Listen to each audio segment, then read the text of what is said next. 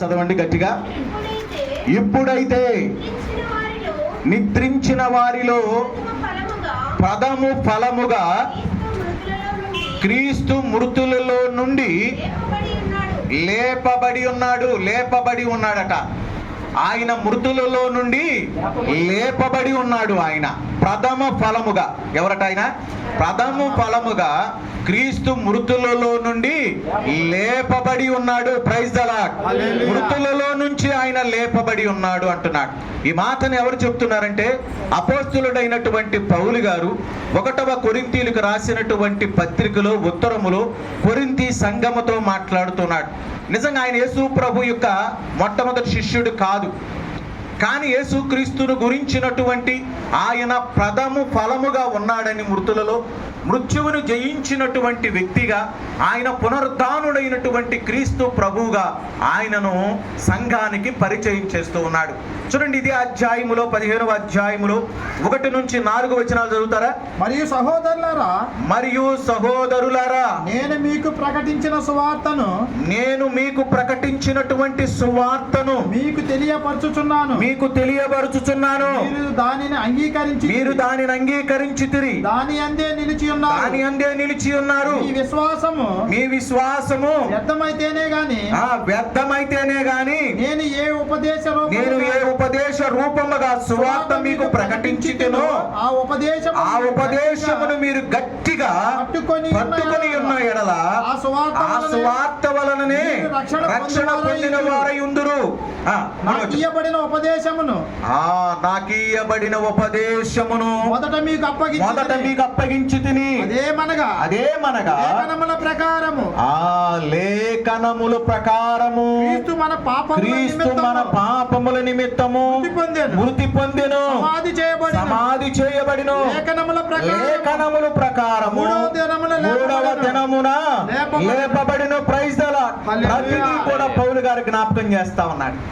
లేఖనముల ప్రకారము ఆయన పరలోకమును విడిచిపెట్టి భూలోకానికి వచ్చాడు. లేఖనముల ప్రకారము ఆయన మృతి పొందాడు. లేఖనముల ప్రకారము ఆయన సమాధి చేయబడ్డాడు. లేఖనముల ప్రకారము ఆయన మృత్యువును జయించి పునరుద్ధానుడైనటువంటి క్రీస్తు ప్రభువుని మనం చూస్తూ ఉన్నాం. ప్రభునందు ప్రియులారా, ఈ అధ్యాయాలలో రోమీలకు రాసిన పత్రిక 11వ అధ్యాయము 26, 25 వచనాలు చదువుతారు ఒకసారి. సహోదరులారా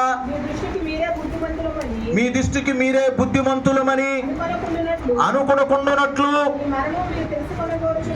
ఈ మర్మాన్ని మీరు తెలుసుకోవాలని నేను కోరుచున్నాను.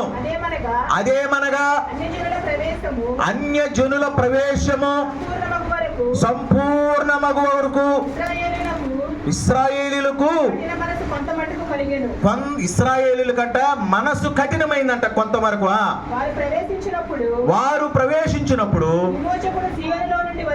ఆ విమోచకుడు సియోనులో నుండి వచ్చి యాకోబులో నుండి భక్తిహీనతను తొలగించును. నేను వారి పాపములను పరిహరించినప్పుడు నా వలన వారికి కలుగు ఇది ఒక నిబంధన. ప్రకటన గ్రంథం 1వ అధ్యాయము 17వ వచనములో ఏం రాశాడు చూద్దాం.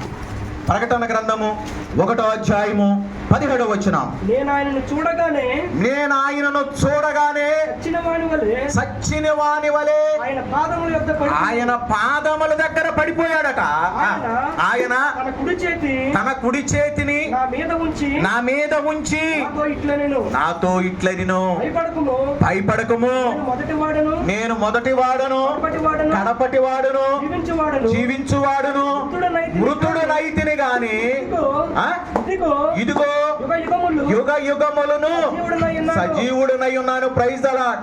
నేను మొదటి వాడను, నేను కడపటి వాడను, నేను జీవించువాడును, మృతుడైతిని గాని యుగ యుగములు సజీవుడై ఉన్నటువంటి దేవుడు ఆయన మృత్యువును జయించినటువంటి వాడు, సజీవుడై ఉన్నటువంటి వాడు, ఆయన మొదటి వాడు, ఆయన కడపటి వాడు, ఆయన జీవించువాడు.